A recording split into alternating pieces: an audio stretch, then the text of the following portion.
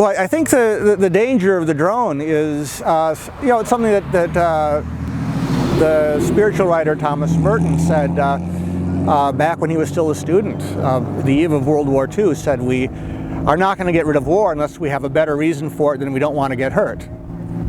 And the idea that we can keep the pain and suffering far away is a very pernicious and evil idea, and the drone ironically brings the war home.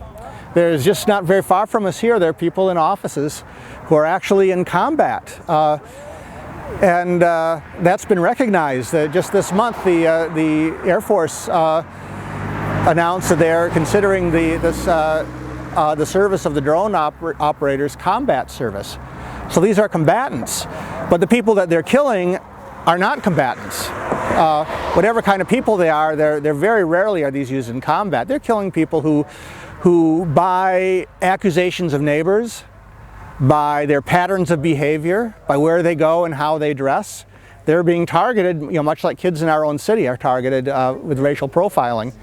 And they're killed, and anyone unlucky enough to be near them. Hellfire missiles are not precise. They take out like a 30-yard swath of the earth and pulverize anything in that area. So if the people who are being killed are not combatants, these people who are in uniform, who are recognized by the Air Force now as combatants, they are legal targets in war. And it's very chilling. Just on Sunday, the London Times announced that a hacker had found that ISIS has a list of thousands of drone operators in the United States that they are going to target. So this idea that we're going to keep the war away, far away. As this one drone pilot said, when I fly the drones, I'm 7,000 miles away. The distance from here to Afghanistan or Libya, and I'm also 18 inches away from the war, distance from his face to the screen. And that distance is an illusion, and it's dangerous.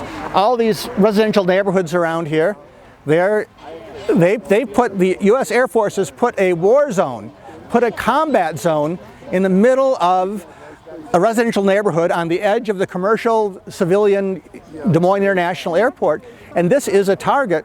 And all these people and the people at the airport are all, in an attack would be collateral damage. Human shield? If that's the worst accusation that Americans make of other people, of hiding among civilians and using human shields, and it's hard to escape the thought that that's what's happening here exactly. Yeah, they're making the National Guard is supposed to be defending the people of Iowa, and it's putting us in a terrible peril, and to no good. As any objective now, one more general, this General Flynn, retired and said, we're making more enemies with this than we're killing, and this is a spiral into craziness and madness, and it can't. We can't keep the war far away. We have to end the war. People often defend these last years of war, saying, "Well, at least we're keeping it someplace else. We're keeping it over there," and that's turning the Sermon on the Mount and the Golden Rule inside out and doing unto others the very worst thing you can imagine anyone doing to you, and it cannot but come back. That's as sure as the law of gravity. It's going to come back. The war is coming home, and karma. You can put it that way. Karma. It's the law of gravity. It's physics. But it's real and it's unescapable. So the only way to end war is to end the war.